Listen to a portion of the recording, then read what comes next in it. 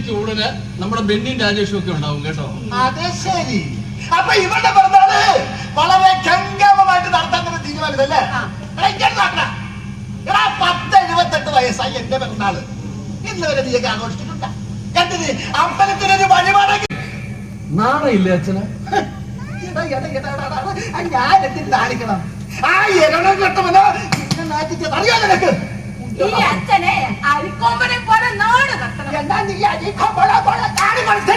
അച്ഛനൊന്നും മിണ്ടാതിരിക്കേ.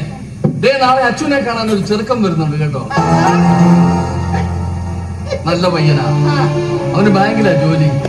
ചെറുക്കന്റെ അച്ഛൻ പഞ്ചായത്ത് സെക്രട്ടറി ആയിട്ട് പെൻഷൻ പറ്റി. നല്ല കുടുംബം. ഇവക്ക് പ്രായമായ നിങ്ങളെയൊന്നും ബോധ്യപ്പെടുത്തണ്ടേ? അതിനല്ലേ ഈ പിറന്നാൾ ആഘോഷമൊക്കെ. പിന്നെ മൂത്ത് കല്യാണം കഴിക്കുന്നത് ഇവളങ്ങനെയൊക്കെ പറയും. നീ അവരോട് വരാൻ പറ. എനിക്കൊരു ജോലി കിട്ടട്ടെ എന്നിട്ട് മതി. ഇങ്ങനെ പറഞ്ഞ കഴിഞ്ഞ 2-3 വർഷം നിനക്ക് വന്ന ആലോചന മുടക്കിയത്. മറ്റാരെ കുറിച്ചാണ് ഞാൻ ചിന്തിക്കേണ്ടത്? ഒരു ഓട്ടോയോടൊപ്പം ഓടിത്തീരുന്ന ജന്മം. നീ എന്നോട് പുച്ഛത്തിൽ ചോദിച്ചില്ലേ നിന്റെ അമ്മ എന്റെ കൂടെ ഒളിച്ചോടിയതല്ലേന്ന്? അതെ, അവക്കൊരു നല്ല ജീവിതം കൊടുക്കാൻ എന്നെ കൊണ്ട് കഴിഞ്ഞില്ല. അതുപോലെ ആകരുത് എന്റെ മോടെ ജീവിതം. എനിക്കൊരു ജോലി കിട്ടിയ അച്ഛന്റെ ഭാരം പറയില്ലേ? മോളെ, നീ അച്ഛൻ ഒരു ഭാരമല്ലടി. വാങ്ങിച്ചോടാ. അവർക്ക് ബിരിയാണിയാണോ കൊടുക്കുന്നത്? അവർക്കല്ല, എനിക്ക്. എന്റെ ദൈവമേ, ഈ കുത്തിരയുടെ ചോറ് തീർന്നു വളർത്തണ ഒരു ചേഞ്ച് ആയിക്കോട്ടെ. മക്കളെ, ഞാൻ ടൗണിലേക്ക് കൊണ്ടടാ. വേണ്ട, അച്ഛൻ വെയിലൊക്കെ ഇത്തിരി താന്നിട്ട് ഇറങ്ങിയാ മതി. അതെ, അശ്വതിയുടെ അച്ഛനാണ്. താനാരാ? താനെന്തായി പറയുന്നത്? ഹലോ ഹലോ, ആരാ വിളിച്ചത്? ബ്രോക്കറാണോടാ? അച്ഛാ, ഒരു വിഷ്ണു എന്നെ വിളിച്ചത്. വിഷ്ണുവോ? ഏത് വിഷ്ണു?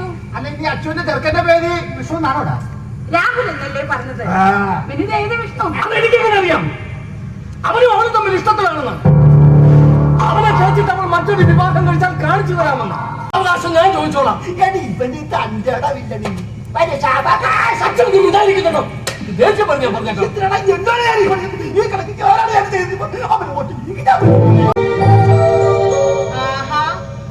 എല്ലാവർക്കും ഇത് എന്ത് പറ്റി?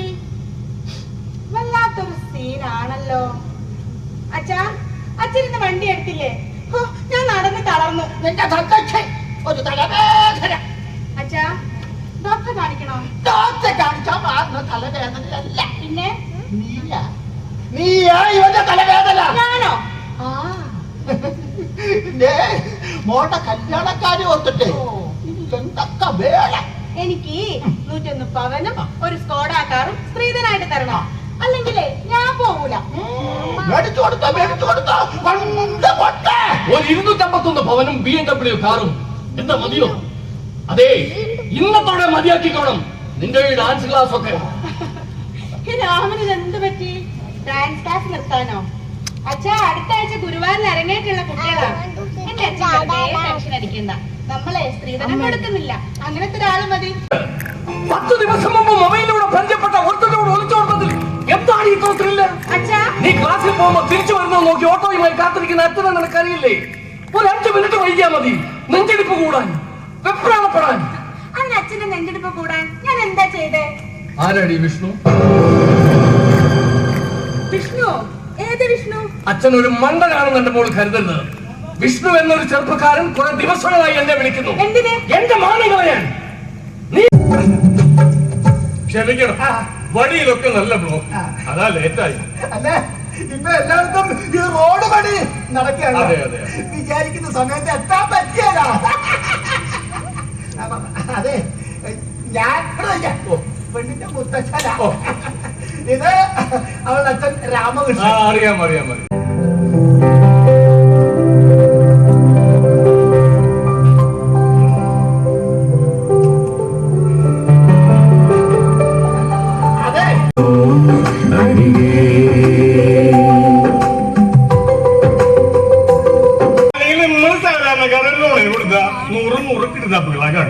തിരിച്ചടവിന് ശേഷിയുള്ള അവധി വരുത്തിയാലും അത് തിരിച്ചു പിടിക്കാൻ മട്ടന്നില്ലെന്ന് എഴുതിയതുള്ളൂ. എന്റെ കൊക്കിന് മേളിൽ ജീവനുണ്ടെങ്കിൽ എന്റെ മോടെ വിവാഹം ഞാൻ അന്തസ്സായിട്ട് നടക്കില്ല. അതിലൊരു പട്ടിയുടെ സ്വഭാവം നടക്കില്ല. രാമനോട് കുത്തിരിക്കാൻ പറഞ്ഞേ.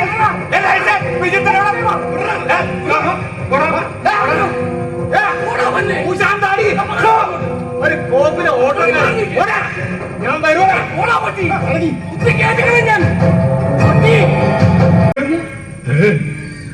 അവൻ വെല്ലുവിളിച്ചിട്ട് പോയത് കേട്ടില്ലേ? എന്തൊക്കെ നഷ്ടപ്പെട്ടാലും വേണ്ടില്ല, എന്റെ മോടെ വിവാഹം എനിക്ക് അന്തസ്സായിട്ട് നടത്തണം, അന്തസ്സായിട്ട് നടത്തണം. നടത്തും. മഴ നടത്തിയിരിക്കും.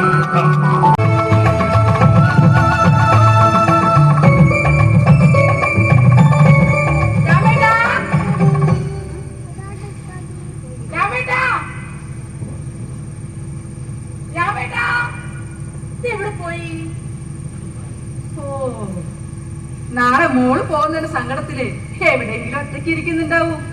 ഇങ്ങനെയുണ്ടോ ഒരച്ഛനും മോളും? വൈദ്യുതി കട അടച്ചില്ല, ഇതവിടെ ബാഗിൽ വെക്കാൻ മറക്കണ്ട. നിങ്ങൾക്ക് ഇത് എന്തിന്റെ കേടാ? അവൾ അവിടെ ചെന്ന് എണ്ണയും താടിയൊക്കെ തേച്ച് കെട്ടിട മേളിൽ നടക്കല്ലേ. വല്ല ഷാമ്പും വാരി തേച്ച് മുടിയൊക്കെ ചെറുപറ പറപ്പിച്ചങ്ങ് നടക്കും. രാമനും ശാന്തയും പേര് വിട്ടുപോകേണ്ടതാകുന്നു. ഹലോ ഹലോ, ഒരു പ്രത്യേക അറിയിപ്പുണ്ട്. ഓലെ കൂട്ടണ ഒരു പ്രത്യേക അറിയിപ്പുണ്ട്. രാമന്റെയും ശാന്തയുടെയും തള്ളുകളിക്ക് ശേഷം അച്ഛനിവാസിൽ വെള്ളായുധം സങ്കോചിപ്പിക്കുന്ന കല്യാണം കല്യാണം കല്യാണമേ നാളുകളെല്ലാവരും ഉച്ചക്കളം പിന്നെ പോയിടണേ ഉച്ചയ കൈവിട്ട് പോയിടണേ പോയിടണേ. അച്ഛൻ ചെന്ന് യാത്രയാക്കിയാൽ മതി. കുട്ടികളിൽ പുതിയൊരു ജീവിതം തുടങ്ങാൻ പോവുകയാണ്. നീ അവളെ അനുഗ്രഹിക്കണം. അച്ഛനായ നീ വേണം അവളുടെ കൈ പിടിച്ചേൽപ്പിക്കാൻ. നീ എങ്ങോട്ട് ചെല്ലടാ? അവള് പോകുന്നത് കാണാൻ എന്നെ കൊണ്ട് പറ്റില്ല. എന്ന് പറഞ്ഞാൽ എങ്ങനെയാണ്? അല്ല, അവളെ ഒന്നും നമുക്ക് ഇവിടെ പിടിച്ചു കിട്ടാൻ പറ്റുമോ? എടാ, സന്തോഷിക്കാൻ വേണ്ടത് എല്ലാം മംഗളായിട്ട് നടന്നില്ലേ? ഞങ്ങളെ കൊണ്ടിറങ്ങാൻ നോക്ക്. ആയിക്കോട്ടെ ആയിക്കോട്ടെ. പിന്നെ മോനെ, ഇവൾ എനിക്കിപ്പോഴും കൊച്ചുകുട്ടിയാ. കാര്യം ഇവൾ ഇത്രയൊക്കെ വളർന്നെങ്കിലും ഇടയ്ക്ക് ചില കുശുർത്തരങ്ങളൊക്കെ കാണിക്കും. അതൊന്നും കാര്യമാക്കരുത് കേട്ടോ. പിന്നെ മോളെ, വരയ്ക്കാനുള്ള പേപ്പറും പെൻസിലും അച്ഛനങ്ങ് കൊണ്ടുവരാം കേട്ടോ. ഇന്ന് വരെ എന്റെ വാത്സല്യത്തിന് വേണ്ടിയല്ലാതെ മറ്റൊന്നിനും അവൾ വാശി പിടിക്കാറില്ല. ഇവക്കെന്നെ രാമാന്നൊരു വിളിയുണ്ട്. വളരെ കുഞ്ഞിനെ ശീലിച്ചതാ. ഇപ്പത്തെ കണ്ടില്ലേ, വളർന്നു വലിയ തടിച്ചയായിട്ടും ആ ശീലത്തിന് മാറ്റമൊന്നുമില്ല.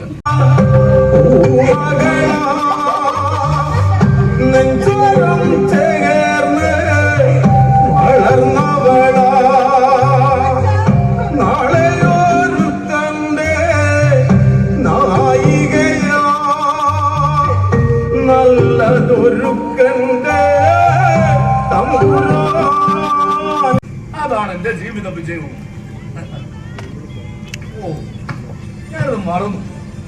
തന്റെ വീട്ടിൽ നിന്ന് വിവാഹത്തിന് ആളുകൾ കൂടുതലായിരുന്നല്ലേ? എന്തു പറ്റി? അത് പിന്നെ ചിലരൊന്നും വരില്ല എന്ന് വിചാരിച്ചത്. വന്നവരോട് മുഷിയാൻ പാടില്ലല്ലോ. അതിന് ഫുഡൊന്നും തികയാതെ വന്നില്ലല്ലോ. നോക്കുക ശ്രുതി, ഒരാൾ ദരിദ്രനായി ജനിക്കുന്നത് അയാളുടെ കുറ്റമല്ല. എന്നാൽ ഒരാൾ ദരിദ്രനായി ജീവിക്കുന്നത് അയാളുടെ മാത്രം കുറ്റമാണ്. ഇതെന്റെ നോട്ടം കേട്ടോ. രാഹുൽ, ഇന്ന് നമ്മുടെ ഫസ്റ്റ് നൈറ്റ് ആണ്. അത്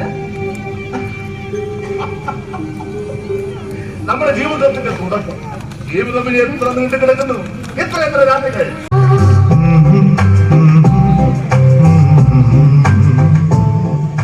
അവൻ ഗൂഗിൾ പേ ചെയ്തു. പക്ഷേ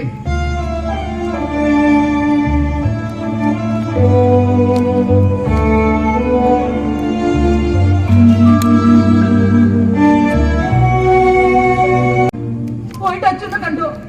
എന്റെ മോൾ എന്താ പറഞ്ഞത്? വാക്കു പറ്റിപ്പോയി അവളുടെ മൗനത്തിന് മുന്നിൽ ഒരു കുറ്റവാളിയെ പോലെ ഞാൻ നിന്നു. പിച്ച വെക്കുമ്പോൾ അറിയാതെ ഒന്ന് തെന്നിപ്പോയാലോ ഒന്ന് ഭയന്ന് വിടാതെ കൈ മുറുകെ പിടിച്ച ഞാൻ അവൾ ഒരു കുഴിയിലേക്ക് താണു പോകുന്നത് കണ്ടിട്ട് നിസ്സഹായനായി നോക്കി നിൽക്കേണ്ടി വന്നു.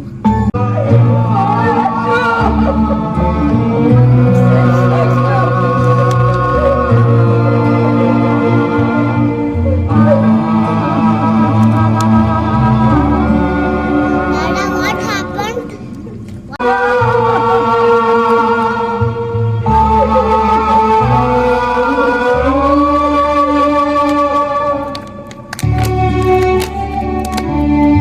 തന്നോട് പറയണമെന്ന് ഞാൻ നേരത്തെ പ്ലാൻ ചെയ്തതാണ്. അവന് പ്ലാൻ ചെയ്ത കാര്യങ്ങൾ പറയാതിരിക്കാൻ പറ്റില്ല. അതിനല്ലേ നമ്മൾ പുതിയ കാർ വാങ്ങിച്ചത്. അശ്വതി, ഈ അച്ഛനൊക്കെ ചെയ്യുന്നത് കണ്ടിട്ടില്ലേ?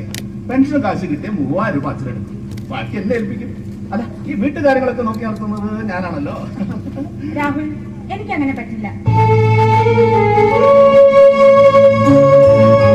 ഇതോ അതുകൊണ്ടല്ലേ കിടപ്പറയിലെ കിടപ്പിന് പോലും ലാഭനഷ്ടങ്ങളുടെ കണക്കെടുത്തത്. നീ എന്താണ് വിചാരിച്ചത്? നീ ഒരു ഉദ്യോഗസ്ഥയാണെന്ന് കരുതി ഞങ്ങളുടെ പെണ്ണെടുത്ത് വേണ്ട. സ്വന്തം കാലിൽ നിൽക്കാൻ ശ്രമിച്ച ഒരു പെണ്ണിന്റെ എഫേർട്ടിലെ നീ നെഗളിപ്പെന്ന് പേരിട്ട് വിളിച്ച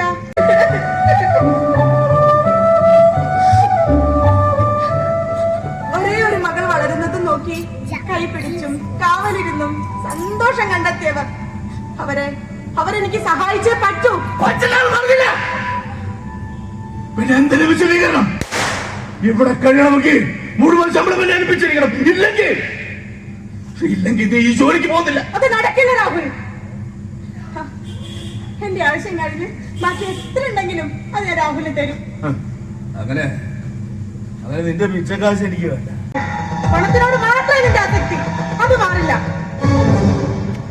ഇതിന്റെ ബലത്തിലല്ലേ നിന്റെ അധികാര പ്രയോഗം.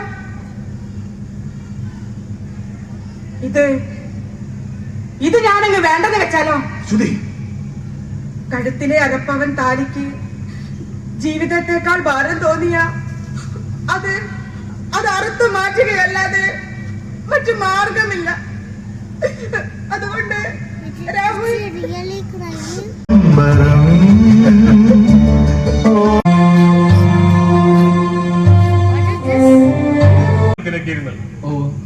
കൗൺസിലിംഗിലൂടെ മാറ്റം വരികയാണെങ്കിൽ അങ്ങനെയാകട്ടെ എന്ന് കോടതിയും വിചാരിക്കും. എന്റെ ഭാഗത്തു നിന്ന് വലിയ വീഴ്ചകൾ സംഭവിച്ചിട്ടുണ്ട്. അതെന്താന്ന് എനിക്ക് മനസ്സിലായിട്ടുണ്ട്. തിരുത്തേണ്ടത് ഞാനാ. 10ാം വയസ്സില് അമ്മ നഷ്ടപ്പെട്ട ഒരാളാ ഞാൻ. പിന്നെ ഒരു വലിയ പെരുമാറി, ഒരു ഇരയെ പോലെ ഞാൻ പെരുമാറി. എന്റെ ജീവിതവും പൂർണ്ണമാകില്ലെന്ന് എനിക്ക് മനസ്സിലായി. ഞാനൊരു വട്ടപൂജ്യമാണെന്ന് എനിക്ക് മനസ്സിലായി. അശ്വതിയോട് പറഞ്ഞു കൊടുക്കും. എന്റെ മോൾക്ക് തീരുമാനിച്ചു.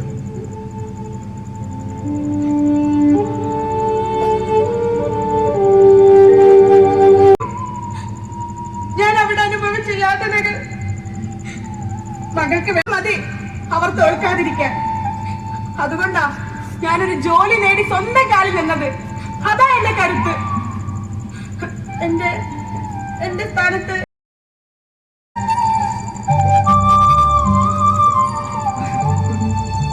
അച്ഛാ, എന്നെ പോലെ അച്ഛനും ആ വീട്ടിൽ നിസ്സഹായനായിരുന്നു എന്ന് എനിക്കറിയാം. എന്നോട് മോളെ എന്തിന്? അവിടെ നടന്ന കാര്യങ്ങളെല്ലാം ഈ അച്ഛനും അറിവുള്ളതല്ലേ. പക്ഷേ പാളം തെറ്റിയ ജീവിത വണ്ടിയിൽ നിന്നും പാതി വഴിക്കെന്റെ മോളിറങ്ങി പോയതുപോലെ എനിക്കതിന് കഴിയില്ല. അച്ഛനായി പോയി. എന്റെ മോളെടുത്ത ഈ തീരുമാനത്തിൽ മാധവേട്ടന് വിഷമം തോന്നിയെങ്കിൽ ഞങ്ങളോട് ക്ഷമിക്കണം. ദാമ്പത്യം എന്നത് ബാങ്ക് ബാലൻസിന്റെ കണക്കെടുപ്പല്ല, പരസ്പര സ്നേഹത്തിന്റെ വിളവെടുപ്പല്ലേ. തന്നെയല്ല, ഇനി എന്റെ മോടെ കണ്ണീര് കാണാൻ ഞങ്ങൾക്ക് വയ്യ. അലിവിന്നേ മാപ്പിലിയേതാ ഈ